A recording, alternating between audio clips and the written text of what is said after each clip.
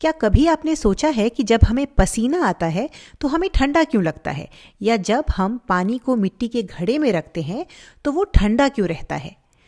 असल में इन दोनों का संबंध वाष्पीकरण और उसके शीतलन प्रभाव से है। और इस वीडियो में हम समझेंगे कि वाष्पीकरण यानी इवेपोरेशन क्या है और इससे शीतलन प्रभाव यानी कूलिंग इफेक्ट कैसे उत्पन्न होता है। तो मान लीजिए कि आपके पास ज़मीन पर या कहीं भी थोड़ा पानी पड़ा हुआ है। आप देखेंगे कि थोड़ी देर में वो पानी गायब होने लगता है, और ऐसा इसलिए होता है क्योंकि द्रव यानी पानी गैस यानी वाष्प में परिवर्तित होने लगता है।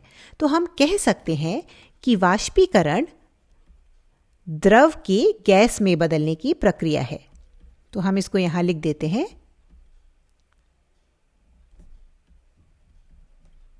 हालांकि यह किसी भी तापमान पर हो सकता है, लेकिन तापमान वाष्पीकरण यानी इवेपोरेशन की दर को प्रभावित करता है। तो आइए इसे पास से देखते हैं और समझते हैं कि इस प्रक्रिया में पदार्थ के कणों के स्तर पर क्या हो रहा है। तो यहाँ हमारे पास एक बर्तन है और उसमें कुछ पानी है, और ये पानी के कण हैं जो भिन्न भिन्न चालों से किसी भी यादृच्छिक दिशा में यानी रैंडमली गति कर रहे हैं। अब ये जो जल का निकाय है इसका एक विशिष्ट तापमान है, और ये तापमान क्या है? ये तापमान ये जो जल के अणु हैं उनकी औसत गतिज ऊर्जा है। औसत गतिज ऊर्जा है। तो अब जैसा कि हमने कहा कि ये सभी अणु भिन्न भिन्न चालों से गति कर रहे हैं, इसका अर्थ है कि उनकी गतिज ऊर्जा भी भिन्न होगी। तो इन अलग अलग गतिज ऊर्जाओं का औसत इस जल के निकाय के तापमान को निर्धारित करता है। अब यहाँ जल की सतह पर जो अणु हैं वह वायु के अणुओं से टकरा सकते हैं। तो ये हमारे वायु के अणु हैं मान लीजिए।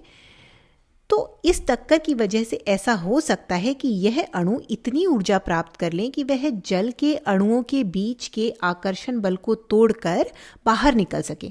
अब जैसे मान लीजिए यह जल का अणु वायु के अणुओं से टकराता है, और इसकी वजह से ये इतनी ऊर्जा प्राप्त कर लेता है कि यह जल के अणुओं के बीच के अंतर आणविक बल यानी इंटरमॉलिक्यूलर फोर्स को तोड़कर जल की सतह से बाहर निकल जाता है। तो जब ऐसा होता है तो यह वाष्प या वेपर में बदल जाता है।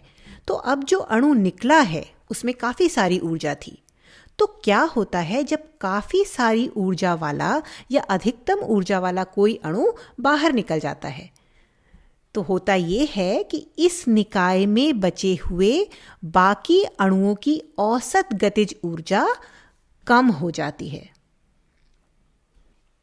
इसे हम गणित के एक उदाहरण से समझ सकते हैं। मान लीजिए कि हमारे पास 3 अंक हैं, 2, 4 और 6।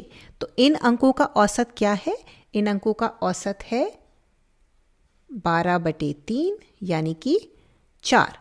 अब मान लीजिए हम इसमें सबसे बड़ा अंक यानी 6 इसे हटा दें, तो जो हमारे पास अंक बचते हैं 2 और 4, उनका औसत क्या होगा? इनका औसत होगा 6/2 यानी कि 3। तो आप देख सकते हैं कि हमारा औसत यहाँ कम हो गया।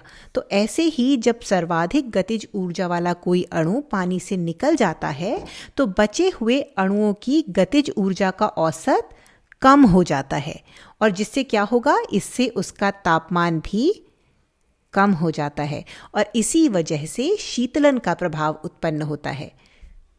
तो जब हमें पसीना आता है जो कि मुख्यतः पानी होता है, तो यह हमारे शरीर से ऊष्मा को लेता है और वाष्पीकृत हो जाता है, जिससे हमारे शरीर का तापमान कम हो जाता है। और मिट्टी के जिन बर्तनों में हम पानी रखते हैं वे सरंध्र होते हैं यानी कि पोरस होते हैं, मतलब इनमें छोटे छोटे छिद्र होते हैं। तो जब इन मिट्टी के घड़ों में पानी रखा जाता है तो पानी इन छिद्रों से रिस कर बर्तन की सतह पर आ जाता है और पानी की एक पतली परत जैसी बना लेता है।